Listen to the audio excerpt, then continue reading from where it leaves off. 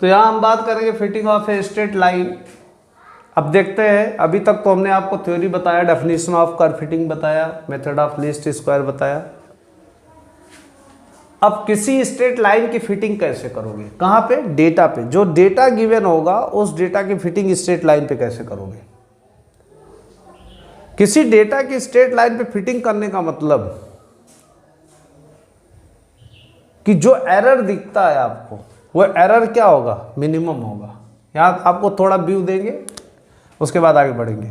किसकी फिटिंग करना है, स्ट्रेट लाइन की। तो इसका इक्वेशन पता होना चाहिए। Let the equation of straight line, जिसकी फिटिंग करना उसका इक्वेशन आपको पता होना चाहिए। Is y is equal to a plus b x, that is equation number 1।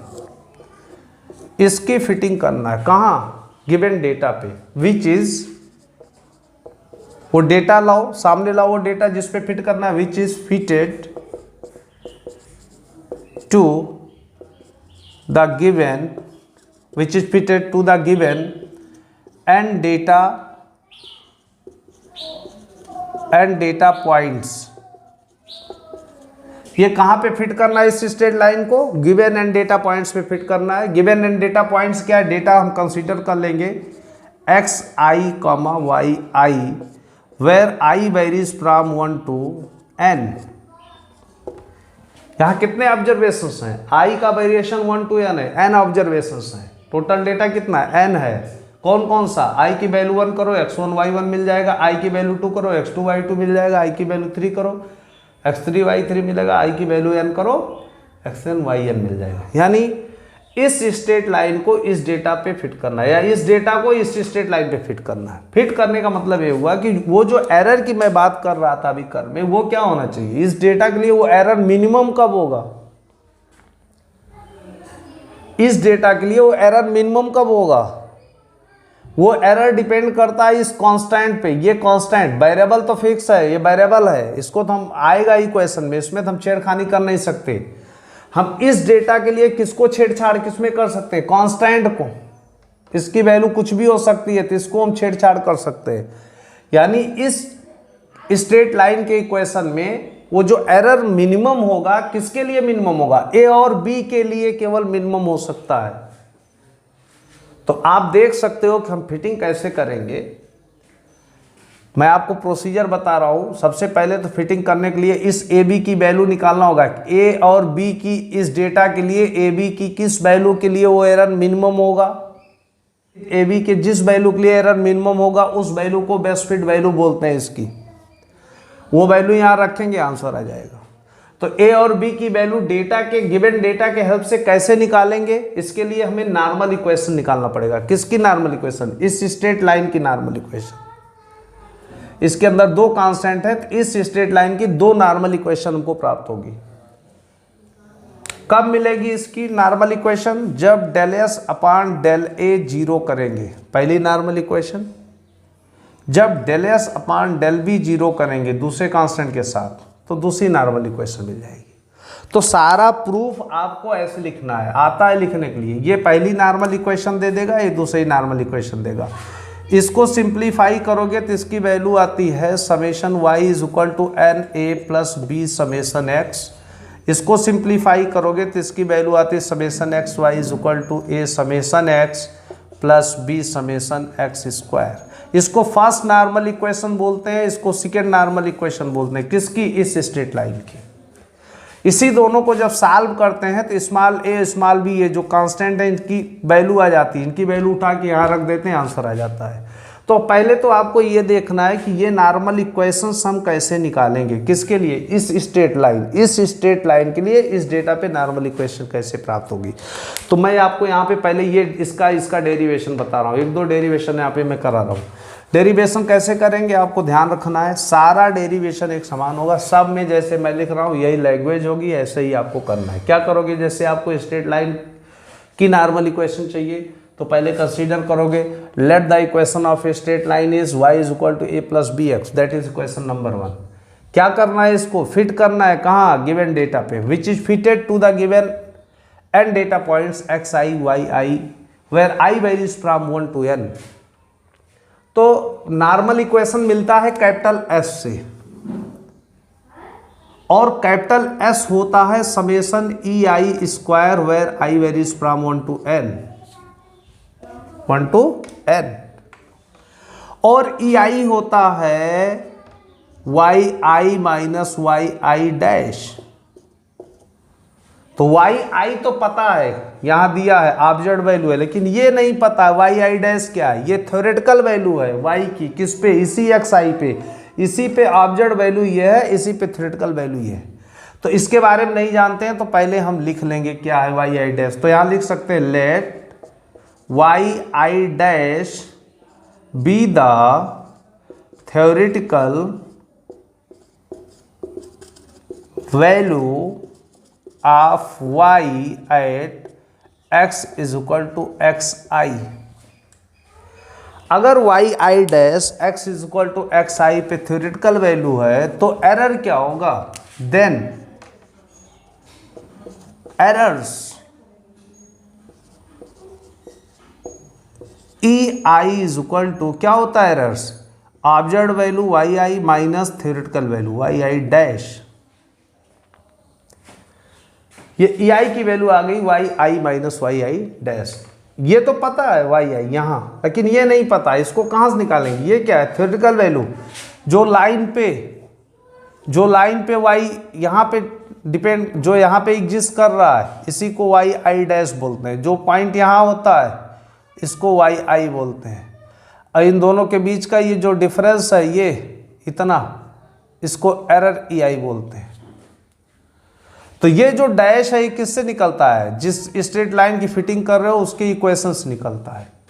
तो इसकी वैल्यू एक्स आई पे वाई आई डैश की वैल्यू एक्स आई पे वाई की वैल्यू यहाँ से निकलेगा, यानी इसकी वैल्यू इक्वेशन 1 से क्या होगा, इक्वेशन 1 से ये तो वाई आई रहेगा, ये तो पता है हमको, तो निकालना है नहीं, इसकी वैल्यू नहीं पता, वाई डैश यहाँ से निकलेगा।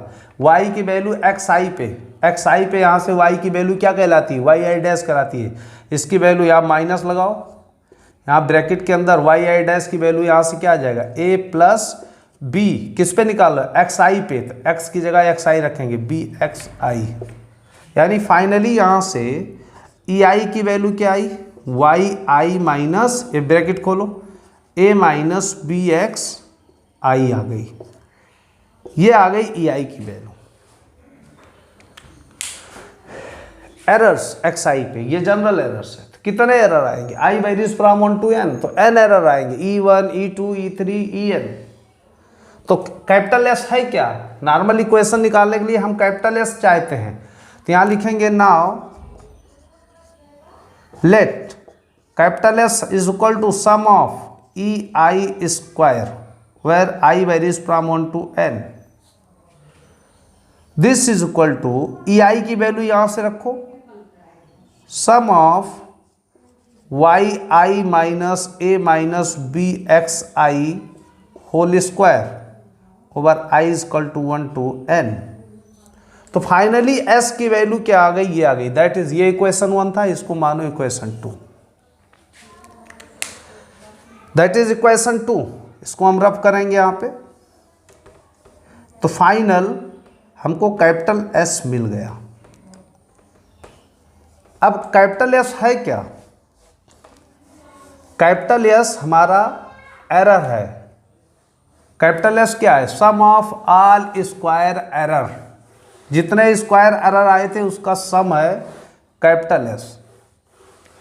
कैपिटल एस क्या है, सम ऑफ ऑल स्क्वायर एरर।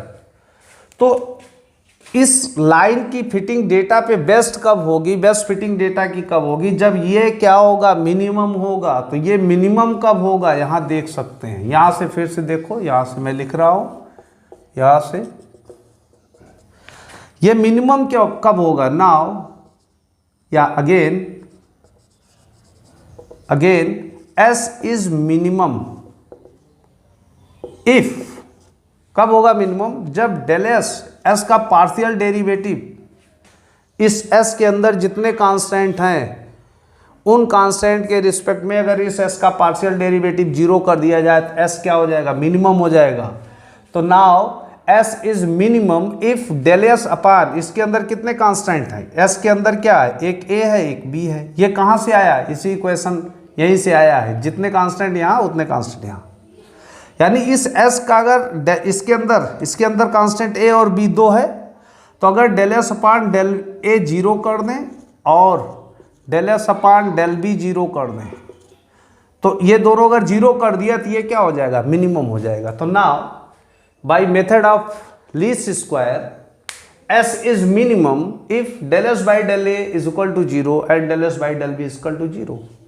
इसको सॉल्व करोगे तो पहली नॉर्मल इक्वेशन आएगी जो अभी हमने लिखा था, इसको सॉल्व करोगे दूसरी आएगी। ये कहाँ से मिलेंगे, जितने कांस्टेंट यहाँ है उनके रिस्पेक्ट में पार्शियल डेरिवेटिव एस का निकालो, इसका इसके रिस्पेक्ट पार्शियल डेरिवेटिव, इसका इसके रिस्पेक्ट पार्शियल डेरिवेटिव। अगर यहाँ सी आया होता तो del s by del c zero आगे बढ़ा देते, फिर 3 नॉर्मल इक्वेशन आती। कांस्टेंट डी होता तो 4 नॉर्मल, जितने कांस्टेंट यहाँ पे या यहाँ पे जिसकी फिटिंग कर रहे हो उसके अंदर जितने कांस्टेंट उतनी नॉर्मल इक्वेशंस आएंगी। तो देखिए कि इस स्ट्रेट लाइन की फिटिंग के लिए एस मिनिमम कब होगा, जब ये जीरो होगा, जब ये जीरो होगा। तो इसको जीरो करेंगे तो पहली नॉर्मल इक्वेशन आएगी, इसको जीरो करेंगे दूसरी नॉर्मल इक्वेशन आएगी। हम लोग चेक करते हैं कि 1 बाई 1 क्या होगा। Also if del s by del a is equal to zero, this shows that, ध्यान देंगे यहाँ मैं एस रफ कर दिया हूँ। एस क्या था, summation y I minus A minus B x I whole square था, ये था एस इक्वेशन 2 जिसको माना था। इसका डेरिवेटिव ए के रिस्पेक्ट में, पार्शियल डेरिवेटिव है तो ए के रिस्पेक्ट में निकालना है, तो ये वाई और बी एक्स आई कॉन्स्टेंट हो जाएगा। इसका डेल एस बाई डेल ए इसका निकालो, इसका पार्शियल डेरिवेटिव, इसको कैपिटल एक्स एज्यूम करेंगे तो यह आ जाएगा 2 इंटू समेसन कैपिटल एक्स, यानी Y I minus A minus B x i power N minus 1 लगाओ, 1 आ जाएगा, पावर 1 रिड्यूस हो जाएगा। अब इसको कैपिटल एक्स एज्यूम किए into del by del A of this capital X, del by del A of this, del by del A of this, A के respect में इसका जीरो, ए के रिस्पेक्ट में इसका -1, इसका जीरो, यानी -1 यहाँ आएगा। अब माइनस इंटू -1 आया, इसको यहाँ शिफ्ट कर दो, -2 कर दो यहाँ, इंटू ये भी हट गया, इधर क्या बचा, जीरो, इसको जीरो करो। अब देखो एक चीज आप जानते हैं कि a इंटू बी जीरो कब होता है, जब या तो a जीरो हो और b जीरो हो। तो यहां देखो दो प्रोडक्ट -2 इंटू समेसन, इसमें कौन जीरो होगा, -2 तो जीरो होगा नहीं, तो जीरो कौन सा होगा, ये समेसन। यानी this shows that summation i is equal to 1 to n y I minus A minus B x I is equal to zero. क्यों, क्योंकि -2 since -2 does not equal to zero. This step shows that next open this bracket, we get summation yi minus summation, here ये summation कहाँ लगेगा, जहाँ आई होगा, क्योंकि summation किस पे डिपेंड कर रहा है, समेशन डिपेंड कर रहा है आई पे डिपेंड कर रहा है। तो जहाँ जहाँ आई है उस पर समेशन लग जाएगा, जहाँ नहीं है उसको बाहर लिख सकते हो आप। तो यहाँ आई है, यहाँ समेशन लगा I is equal to 1 to n minus, यहाँ समय आई नहीं है तो आई को बाहर लिख लो, तो बचेगा क्या, summation i is equal to 1 to n, तो बचा क्या, बाहर लिया तो 1 बचा, कुछ नहीं बचा, माइनस बी समेशन इस पे लगाओ, यहाँ आई है, I is equal to 1 to n X I is equal to 0।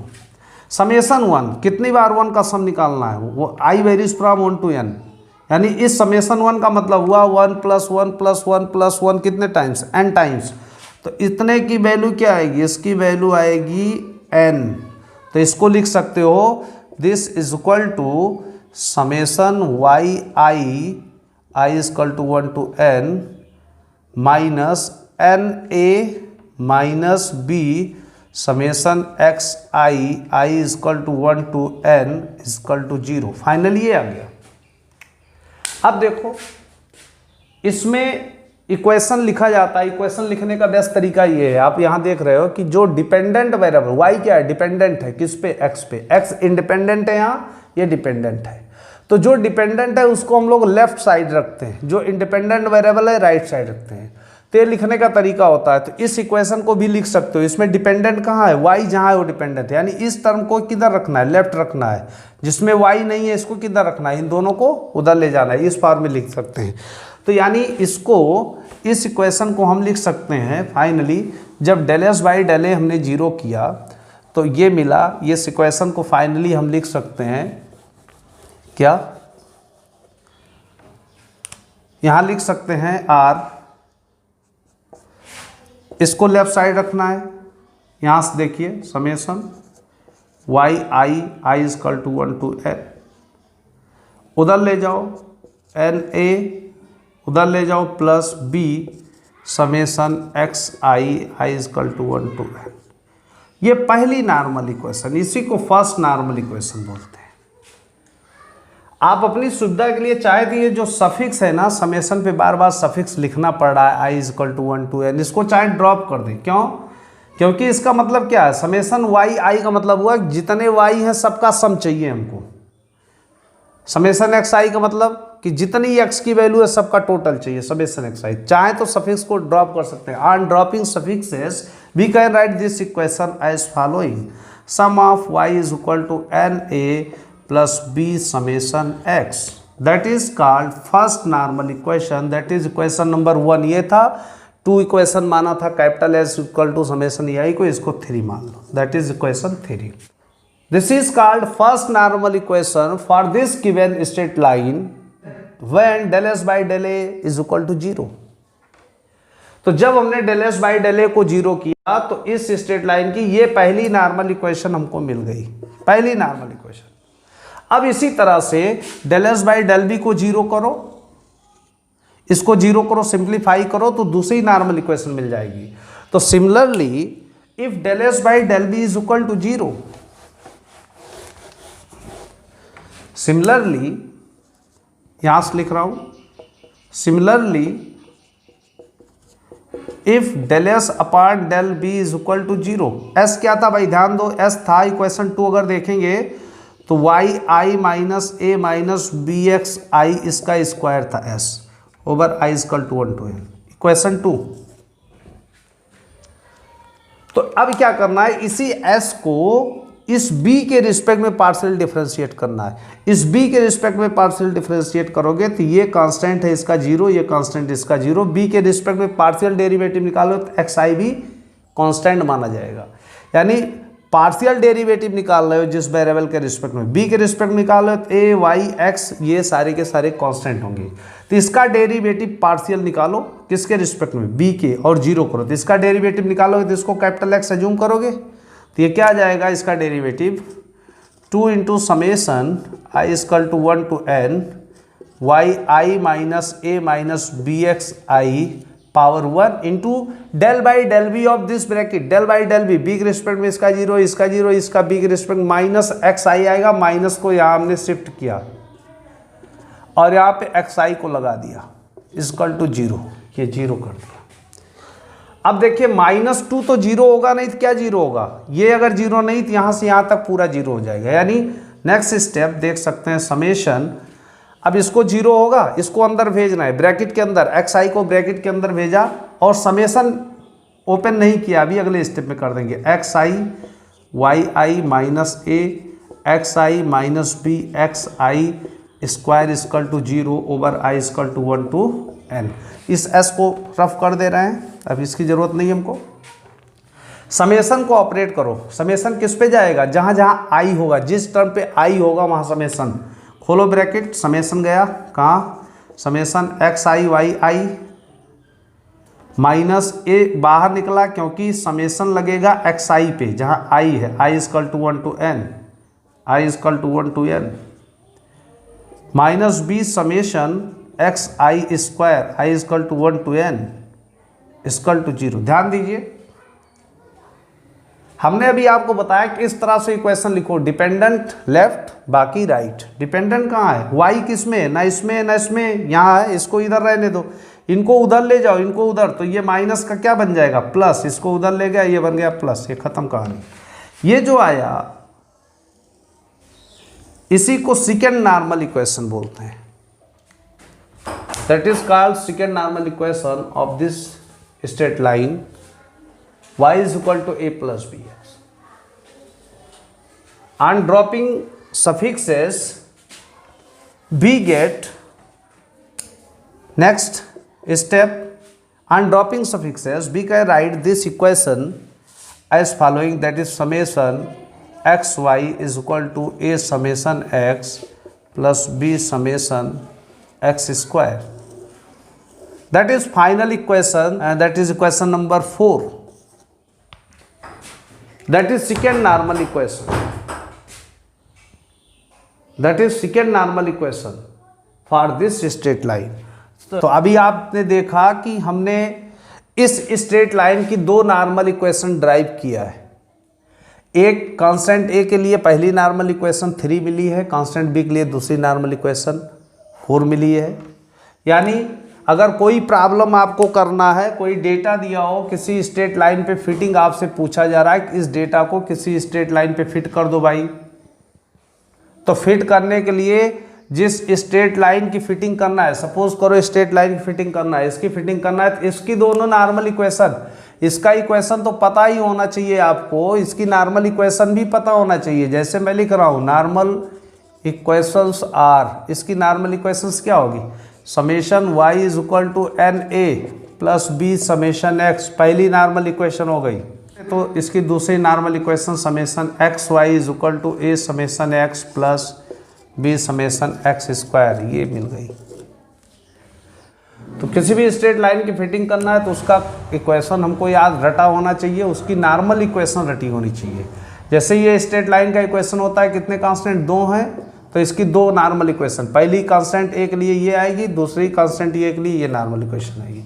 अगर ये 3 चीज़ याद है तो कोई डेटा दिया होगा उसकी फिटिंग कर लोगे। यहाँ जैसे इस डेरिवेशन में हमने आपको 2 नॉर्मल इक्वेशन बताया, इक्वेशन 2 और 3 नॉर्मल इक्वेशन है। अगर इसी को सॉल्व कर लो ना तो ए और बी की वैल्यू निकल जाएगी यहाँ से। उसी ए बी की वैल्यू जो आएगी, इनकी जो वैल्यू डेटा के माध्यम से निकलेगी, उसको उठा के यहाँ रख दो, आंसर आ जाएगा, best fitting of the straight line मिल जाएगी। तो इस पे प्रॉब्लम देखते हैं हम लोग, प्रॉब्लम कैसे करेंगे। यहाँ पे हम लोग फर्स्ट प्रॉब्लम देखेंगे, find the best fit values of a and b so that y is equal to a plus b x fits the data given below. यहाँ पे डेटा दिया है टेबल में, एक्स वाई की वैल्यू है 0 1 2 3 4, y की values है 0 पे 1, 1 पे 1.8, 3.3, 4.5, 6.9। यानी इस डेटा को इस स्ट्रेट लाइन पे फिट करना है। इस डेटा को इस स्ट्रेट लाइन पे फिट करना है, तो बेस्ट फिटिंग किस पे डिपेंड करेगी, कांस्टेंट ए और बी पे डिपेंड करेगी। यानी इस डेटा के हेल्प से इस कांस्टेंट ए और बी की वैल्यू निकालो, यहां रख दो, आंसर आ जाएगा। इस कांस्टेंट ए और बी की वैल्यू कैसे मिलेगी, इस स्ट्रेट लाइन के नॉर्मल इक्वेशन से मिलेगी। इस स्ट्रेट लाइन की नॉर्मल इक्वेशन कितनी होंगी, 2 होंगी, एक ए के लिए दूसरा बी के लिए, 2 नॉर्मल इक्वेशन है। दोनों को सॉल्व करेंगे, इस डेटा की वैल्यू दोनों नॉर्मल इक्वेशन रखेंगे, दोनों को सॉल्व करेंगे, ए और बी की वैल्यू आ जाएगी, यहाँ पे रख देंगे, आंसर आ जाएगा। तो सोल्यूशन देखते हैं कैसे करते हैं। सोल्यूशन है, सोल्यूशन गिवन इक्वेशन इज, किसकी फिटिंग करना है, गिवन इक्वेशन की लिख लेंगे, y is equal to a plus b x, इसको इक्वेशन नंबर 1 कंसीडर कर लिया। Here n means number of observations, कितने ऑब्जर्वेशंस हैं, डेटा कितने हैं, 1 2 3 4 5 data, n is equal to 5। इसकी फिटिंग करना है, इसकी नॉर्मल इक्वेशन कौन सी है, लिख लेंगे, the normal equations are, normal equations इसकी लिख सकते हैं। इसकी first normal equation that is summation y is equal to n a plus b summation x, equation number 2, and second normal equation is summation x into y is equal to a summation x plus b summation x square, that is equation number 3। इस straight line की fitting करना है, equation 1 की, या आप ये ऐसे कहिए इस डेटा की इस लाइन पे फिटिंग करना है, यानी इस डेटा के हेल्प से ए और बी की वैल्यू निकालो। इसी ए और बी की वैल्यू बेस्ट फिट वैल्यू होगी इस स्ट्रेट लाइन के लिए। कैसे निकलेगा? इस स्ट्रेट लाइन की नॉर्मल इक्वेशन से निकलेगा। इस स्ट्रेट लाइन की नॉर्मल इक्वेशन 2 और 3 हमने लिख दिया है। यहाँ n की वैल्यू 5 है, नंबर ऑफ ऑब्जर्वेशंस है। अब इस 2 और 3 में, इस नॉर्मल इक्वेशन में समेशन y की वैल्यू निकालेंगे, कहाँ से मिलेगी? रखना है, समेशन x रखना है। समेशन y का मतलब इस y टेबल में दिया है, सबको ऐड कर लो, यहाँ समेशन y मिल जाएगा। समेशन x चाहिए, इस पूरे x का सम निकाल लो, यहाँ समेशन x मिल जाएगा। समेशन x स्क्वायर चाहिए तो इस टेबल से काम नहीं चलेगा, इसलिए summation x square summation x into y के लिए इस टेबल को मॉडिफाई करेंगे, फिर से नई टेबल बनाएंगे, फिर उस टेबल से हम summation x into y, summation x into y कब मिलेगा? जब x इंटू वाई करके उसका टोटल निकाल लें। समेशन x स्क्वायर x का स्क्वायर करके सम निकाल लें। तो इन सारी वैल्यूज़ को निकालने के लिए इस टेबल को मॉडिफाई करेंगे, फिर से नई टेबल बनाएंगे। किसकी? नेक्स्ट टेबल क्या मिलेगी हमको? टेबल यहाँ पे नेक्स्ट इसके लिए टेबल हो जाएगी, ये x की वैल्यू, ये y की वैल्यू जो दिया था टेबल में।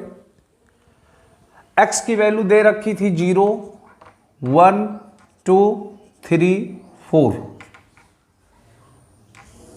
इस तरह से y की वैल्यू यहाँ रख लेंगे और यहाँ पे x स्क्वायर चाहिए हमको, यहाँ स्क्वायर चाहिए तो x इसका स्क्वायर करेंगे, x स्क्वायर की वैल्यू यहाँ मिल जाएगी।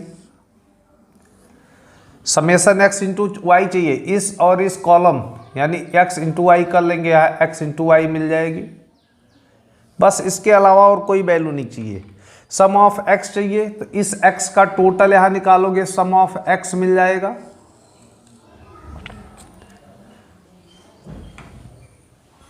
सम of x, sum of y चाहिए, समेशन y इसकी वैल्यू निकाल लेंगे। सम ऑफ x स्क्वायर चाहिए, इसका summation, sum of x into Y चाहिए, इसका समेशन। यानी ये टेबल फिल कर लेंगे। तो ये टेबल फिल करने के बाद सारी समेशन की वैल्यू क्या आती है वो हम देख सकते हैं। इन सबका टोटल करेंगे तो सम ऑफ x आएगा that is 10, sum of y की वैल्यू आएगी 16.9, सम ऑफ x स्क्वायर आएगा 30 और sum of x into y इसकी वैल्यू आएगी 47.1। तो ये सारी वैल्यूज़ आ जाएंगी। इन सारी वैल्यूज़ को यहाँ पे इक्वेशन 2 और 3 में यहाँ रख देंगे तो हमको नेक्स्ट इक्वेशन मिल जाएगी। लिखेंगे यहाँ from equation 2 and 3 we gate,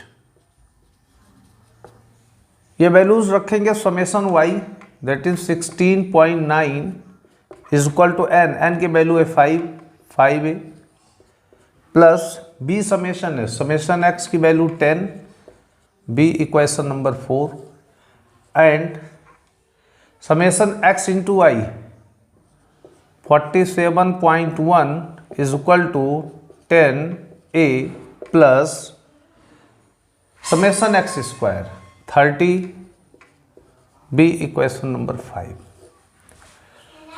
तो इस टेबल की वैल्यू अगर हम लोग इस नॉर्मल इक्वेशन 2 और 3 में रखेंगे तो हमको इक्वेशन 4 और 5 मिल जाएगा। इस 4 और 5 को सॉल्व करेंगे। Solving equation 4 and 5 we get क्या मिलेगा? a is equal to constant a की वैल्यू हमको मिल जाएगी। a इज इक्वल टू आएगा 0.72 एंड b की value 1.33।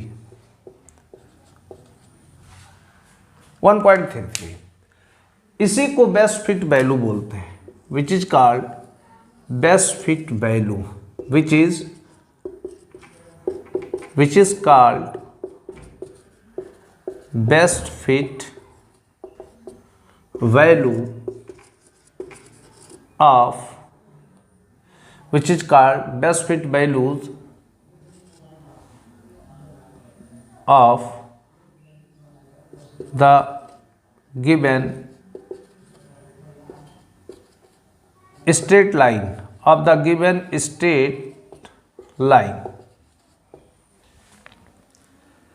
putting this value of a and b in equation 1, we get required best fit of the given straight line.